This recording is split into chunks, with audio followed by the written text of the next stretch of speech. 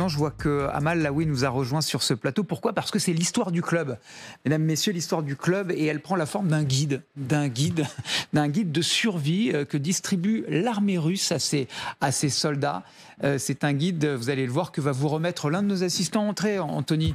Vous allez remettre ce document exceptionnel qu'ont exhumé nos équipes. Vous l'avez en main, ce guide. C'est un manuel de survie, Amal, que distribue l'armée russe à ses fantassins pour survivre à qui et à quoi? Au drone, justement. Alors, que contient-il? Que dit-il? Comment ça fonctionne? Oui, un guide, vous le voyez avec en couverture cette illustration d'une tête de mort avec des hélices pour représenter un drone entouré d'une cible. Son titre, tactique d'utilisation par l'ennemi des drones FPV et solutions pour les contrer. Dans ce guide distribué aux soldats russes, on trouve une série d'instructions pour faire face à ces drones FPV. Des drones de petite taille avec 1 à 2 kilos d'explosifs, mais qui sont très efficaces sur le champ de bataille. Ils sont à l'origine, vous l'avez dit, de 70% de pertes humaines et matérielles sur le front, d'où ce manuel pour les contrer. Dans ces pages, on nous détaille les menaces que représentent ces engins tueurs devenus essentiels pour le conflit. Pourquoi ils sont essentiels? Eh bien d'abord parce qu'ils sont très bon marché, ils offrent un très bon rapport coût-efficacité. Ils offrent aussi à l'Ukraine des avantages tactiques importants, notamment des frappes de précision et une surveillance permanente. Dans ce manuel, on trouve donc une vingtaine de tactiques offensives de ces drones FPV, contrôlés, on le rappelle, grâce à une manette et un casque qui donnent la sensation d'être à bord du drone. Tous les cas de figure sont donc présentés. Ça, c'est dans la première partie du manuel qui explique comment fonctionne ce drone. Dans la deuxième partie, on insiste surtout sur les comportements à adopter pour éviter de se faire repérer. Regardez ce qu'on nous dit. On se fait repérer par des mouvements le jour et le rayonnement de chaleur la nuit, la lumière d'une cigarette, d'un feu de camp, des écrans de portable. Le guide explique aux combattants russes comment il faut se camoufler, notamment en restant dans l'ombre et en bougeant très peu, en se déplaçant lorsque la visibilité est réduite au lever du jour ou alors au coucher du jour ou lorsqu'il y a du brouillard. Les Russes ont d'ailleurs commencé à installer des feux de signalisation. Si un feu est rouge, ça veut dire que des drones survolent le secteur. S'il est orange, c'est qu'il y a un risque. Et s'il est vert, c'est que l'on peut passer en sécurité. Le guide dit aussi qu'il faut apprendre à repérer les sons qui sont émis par ces drones. Ces nombreuses recommandations, on peut le dire, elles peuvent vite devenir obsolètes. Pourquoi? Parce que sur le plan technologique, eh bien, ces engins redoutables évoluent très très rapidement. Dans ce manuel, il est précisé que des innovations conduiront à la création d'unités spécialisées. Le même type de guide devrait aussi être distribué dans les armées françaises. Merci Amal, elles sont fascinantes ces images. Regardez, on va continuer à les voir. Là, ce sont visiblement des images d'entraînement. On voit un soldat russe, un fantassin. Là, il est armé de son fusil d'assaut. Et on lui explique un petit peu, ou en tout cas il essaye d'appliquer des procédures qui consistent à éviter de mourir en gros au combat, puisqu'on sait, et vous l'avez rappelé à raison, 70% des victimes humaines de ce conflit qui se déroule depuis 3 ans sont dues à l'utilisation de drones. Question militaire que vous êtes, Général Chauvency, est-ce que ça sert avec un guide que nous a présenté Amal, vous vous pouvez nous le montrer, qui ressemble à peu près à ça, une tête de mort, des dessins qui sont quasiment enfantins. Est-ce que ça sert véritablement sur le terrain et sur ce théâtre d'opération, un tel guide? Alors, je vais peut-être vous surprendre, je vais vous dire oui. Parce que c'est le retour d'expérience des 3 ans passés et qu'il faut quand même former les soldats et les instruire. Donc, on va leur donner un memento dans lequel ils vont avoir le b.a.-ba de ce qu'ils devraient savoir, et avec des conseils. Et ça, c'est l'aspect, je dirais, théorique. C'est ce qu'on apprend dans toutes les écoles, dans tous les stages de formation. Et après, vous avez ce qu'on vient de voir, l'entraînement sur le terrain. C'est bien d'avoir lu quelque chose, mais maintenant, on fait comment? Et on s'entraîne à le faire correctement. Donc je dirais que quelle que soit l'arme nouvelle qui apparaîtra sur le champ de bataille, on aura ce retour d'expérience, l'élaboration d'une doctrine ou d'un guide d'emploi, et ensuite un entraînement pour justement essayer de faire face, je dirais, à la menace nouvelle, en l'occurrence les drones. Et vous avez bien vu, enfin il y a des images, on ne les a peut-être pas vues encore aujourd'hui, mais vous avez quand même aujourd'hui des images qui circulent où c'est un drone, un homme. Ouais. C'est-à-dire qu'on tue un homme ou on le blesse, c'est un drone par combattant. C'est pas le tir d'artillerie où on arrose une zone. Non, mais quand on sait le nombre de combattants qu'il y a sur cette ligne de front, c'est presque aberrant d'imaginer qu'on utilise un drone pour tuer un combattant. Ça coûte pas cher.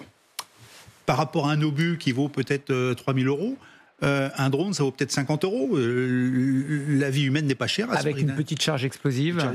Le but, c'est pas forcément de le tuer, mais de le neutraliser. Alors, on peut le blesser, suffit. C'est un peu le jeu des mines antipersonnelles, quand même pas l'oublier, dont on parle souvent. Donc, par ce drone, finalement, on a un outil pas très cher, facilement gérable par un opérateur, et on est presque sûr que ce drone va atteindre sa cible.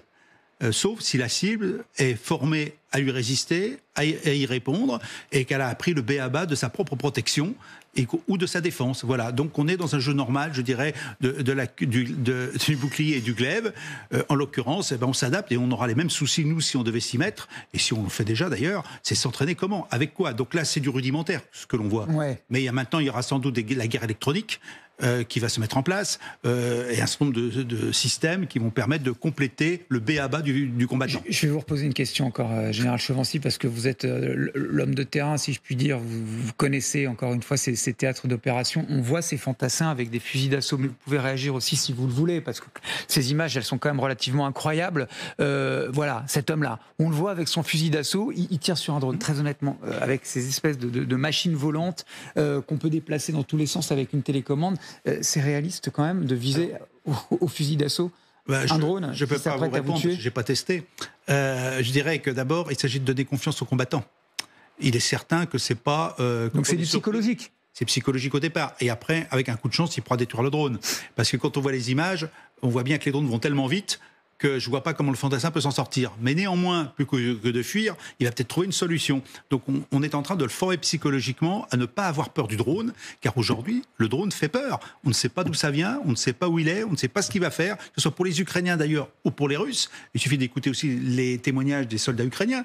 Le drone fait peur à tout le monde, puisqu'on ne sait pas d'où ça vient. Et on ne peut pas le détruire comme on l'entend. Donc voilà la difficulté. Donc on est d'abord dans une action psychologique, raffermir le combattant dans sa protection, c'est-à-dire on lui donne des outils. Maintenant, on sait pertinemment que ce ne sera pas suffisant et qu'il faudra forcément des moyens technologiques, sans doute des tactiques aussi, pour empêcher que ces drones atteignent leur cible. Je crois avoir lu, mais détrompez-moi encore une fois si je fais erreur, Monsieur Derkanski, Michel, de votre prénom, je crois qu'il y a l'équivalent d'une centaine de drones qui volent en permanence, tous les 10 km de cette ligne de front qui s'étend sur 1000 à 1200 km, encore une fois, donc en Ukraine, entre les forces armées russes et les forces armées ukrainiennes. Ça vous paraît, même question un petit peu qu'au général Chevancy, ça vous paraît saugrenu qu'on édite un guide comme ça avec vraiment des images enfantines. On voit un petit drone, on voit un fantassin, comment vous déplacez à droite puis à gauche, vous tirez, vous visez, vous attendez, vous entendez le bruit. Ça paraît saugrenu ou c'est du retour d'expérience, du rétex, comme disent les militaires, qui est vraiment utile? Je pense que c'est du rétex, en ce sens que, pour avoir fait mon service militaire il y a bien longtemps maintenant, on apprenait, même dans les troupes d'élite auxquelles j'ai participé, un certain nombre de réflexes. C'était contre les hélicos, les avions. Tout ce qui était avion, tout ce qui était neuroleptique, etc. On vous apprenait un certain nombre de réflexes, à les éviter et puis à intervenir au cas où il fallait avoir une piqûre d'atropine, vous la faire vous-même, etc. Donc là, je trouve que c'est pareil. Sauf que à la grande différence, c'est qu'aujourd'hui, on est dans une troisième dimension avec le drone, que c'est une arme effectivement qui a un bas coût, qui a une efficacité réelle. Par contre, sur le fusil justement d'assaut, moi j'entendais certains experts qui disaient aujourd'hui, en fin de compte, ce fusil d'assaut est inefficace.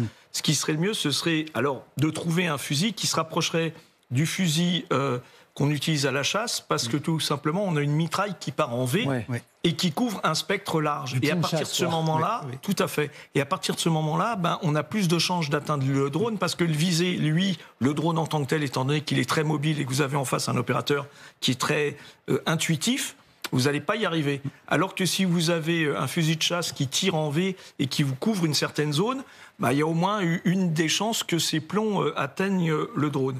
Après, de toute manière, nos armées, les fantassins de demain, et même ceux d'aujourd'hui, vont apprendre à se battre contre les drones.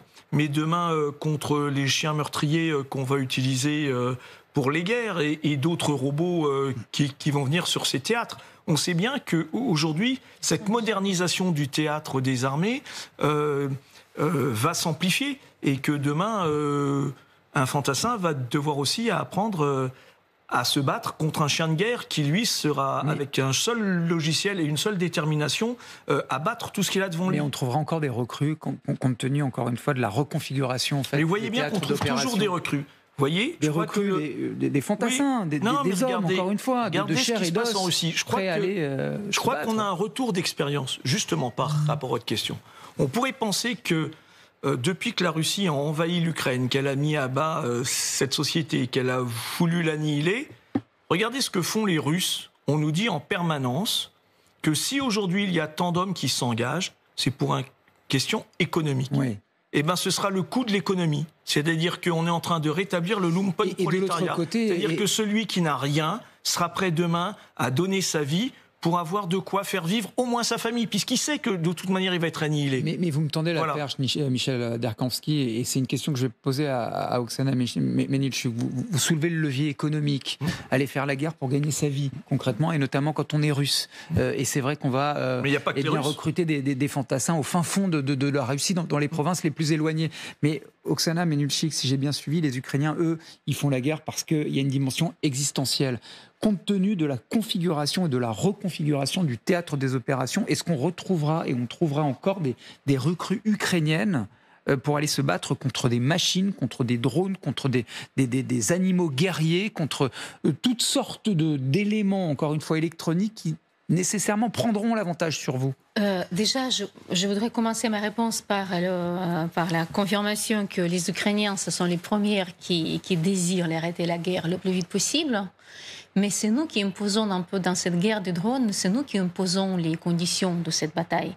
Parce que c'est nous qui avons inventé déjà les robots, on a déjà les batailles des robots, on a déjà... Oui, puis les Ukrainiens sont des experts dans la fabrication de drones. Hein. C'est un des leviers essentiels de la guerre qu'ils mènent. Ils sont obligés de nous suivre. C'est vrai qu'ils rattrapent très vite. La vie d'une invention pendant cette guerre, c'est 3 mois. Au bout de chaque 3-4 mois, il faut revoir la technologie de son drone. Donc, c'est la performance qui est en permanence. Voilà. Les Russes, ils sont très forts dans tout ce qui est le débrouillage. Bon, toutes les fusils, tout l'armement contre les drones, c'est un peu ridicule, voir les nouvelles technologies. Donc, la seule technologie qui est efficace, c'est faire drone inactive. Qu'est-ce que peut le faire inactive? C'est le privé de liaison satellite, de tout le guidage qui est fait. C'est pour ça, aujourd'hui, on revient vers les technologies qui sont... C'est comme la téléphonie avec la ligne. Voilà. C'est avec cette technologie qu'on commence à utiliser les drones pour éviter les systèmes de brouillage dans lesquels, d'ailleurs, les Russes ils sont très forts. Donc, aujourd'hui, c'est la guerre. Il ne s'agit plus des recrutements. Il s'agit maintenant de compétition des technologies, plutôt. Ouais, c'est d'ailleurs, ça s'explique pourquoi l'Ukraine recule un peu. On ne fait pas les contre-attaques comme ça avec les Russes, parce que nous préservons nos soldats, notre force vivante, au prix de laisser quelques kilomètres de territoire. On fait la guerre pour sa survie, on fait la guerre qu'on mène... parce que la dimension est existentielle, voilà, mais on fait la guerre autrement, mais on fait la guerre quand même. Hein. C'est un peu ça, si je vous suis bien. Alors, c'est étonnant qu'on ait ce document en main. Là, encore une fois, bon, moi, je ne lis pas le russe, mais ça coïncide avec une découverte qui a été faite sur le corps d'un soldat nord-coréen dans l'oblast de Koursk, donc l'oblast russe de Koursk, où on a retrouvé sur son corps des morceaux de carnet qui ont été partagés par les forces spéciales ukrainiennes. Et dans ce carnet, on a trouvé, regardez, des références à la manière dont on échappe, ou le manuel de survie, là aussi. Alors, vous voyez que c'est de manière plutôt rudimentaire, parce que là, ce sont des dessins sur un petit carnet de notes. J'ai une question à vous poser, Général Chovancy. Donc, j'ai ce document, moi, sous la main. Donc, encore une fois, je ne lis pas le russe, mais je suis capable de regarder ce qu'il y a à l'intérieur. C'est quand même assez bien décrit. Il y a de très très jolies illustrations. Il y a diverses configurations de combats, aéroports, zones urbaines, zones boisées, zones découvertes, zones marécageuses, déplacements d'engins blindés. Enfin bon, il y a quand même énormément de choses. Ce document, il est édité par les forces armées russes à destination des soldats qui sont envoyés au front. Est-ce que vous pensez que du côté de la France, on a déjà ce genre de manuel, ou qu'on y réfléchit, et que ça peut éventuellement intéresser du côté du ministère de la Défense? Moi, j'ai travaillé près de 10 ans dans un centre de doctrine, à la fois interarmée et auparavant armée de terre. notre boulot dans ce centre de doctrine, c'est d'élaborer ces documents d'emploi. C'est ce qu'on fait en permanence. On le fait au niveau global, et puis après, en fonction des spécialités, ceux qui s'occupent des drones, alors je ne sais pas si c'est l'artillerie aujourd'hui qui gère les drones pour l'armée de terre, avec le centre de doctrine de l'artillerie, et le Centre national de doctrine, on va travailler sur le rétex, ensuite on va déterminer des fonctionnements, on va les tester sur le terrain, et après on se met aussi en phase avec le matériel dont on dispose, parce que c'est bien d'écrire la doctrine, mais s'il n'y a pas le matériel, on ne va pas très loin. Donc c'est en même temps tantôt le matériel qui inspire, soit la doctrine qui inspire. Et c'est comme ça qu'on va construire un document qui va être enseigné au plus bas niveau, en fonction bien sûr de la cible, on l'enseigne, on le pratique dans les exercices, de telle façon qu'on sache répondre à la menace. Oksana. Emmanuel, c'est un signe que les Russes, ils ne prennent pas le temps pour apprendre leurs nouveaux recrutés. Ils les envoient directement sur le front et ils leur donnent ces papiers-là pour qu'ils apprennent tout seuls. Parce que normalement, dans l'armée ukrainienne, par exemple, depuis déjà une année, dans chaque unité militaire, nous avons l'unité drone. C'est obligatoire, ça fait partie de l'armée. Il y a l'unité drone, ça fait partie de l'armée ukrainienne. Et nous avons 50 jours, maintenant c'est un peu augmenté, 60 jours pour les nouveaux recrutés, pour apprendre le combat. Et pendant ces 60 jours, pendant cet apprentissage, il apprend aussi ce comportement avec les drones. Donc le soldat qui va sur le front, il n'aura pas le temps de lire cette instruction, de lire cette guide. Notre soldat ukrainien, il doit déjà être bien prêt et bien informé, bien éduqué. Pour ce qui concerne les drones. On envoie aussi les trucs dans le système électronique. Mais voilà, pour moi, c'est un signe qu'ils n'ont pas le temps pour apprendre leurs soldats dans l'école, dans les cours de préparatoire. Ils les envoient directement. D'ailleurs, il y a beaucoup de plaintes contre le fait que les soldats n'ont pas comment dire, ne sont pas formés comme il faudrait l'être. D'un mot vraiment général, parce que je vous voyais réagir. Je ne suis pas tout à fait d'accord avec cette approche qui est un peu réductrice. En décembre 2022, déjà, une nouvelle détachement d'assaut russe a été créé avec son groupe de drones. Donc je pense que depuis 2 ans, ils sont appris à utiliser les drones, y compris en appliquant les documents qu'on leur envoie. Ça, c'est un nouveau document. Et ben, je suis certain qu'ils les apprennent aussi dans les unités. On n'envoie pas ça dans un régiment en disant débrouillez-vous avec. Ça ne tient pas la route. Non.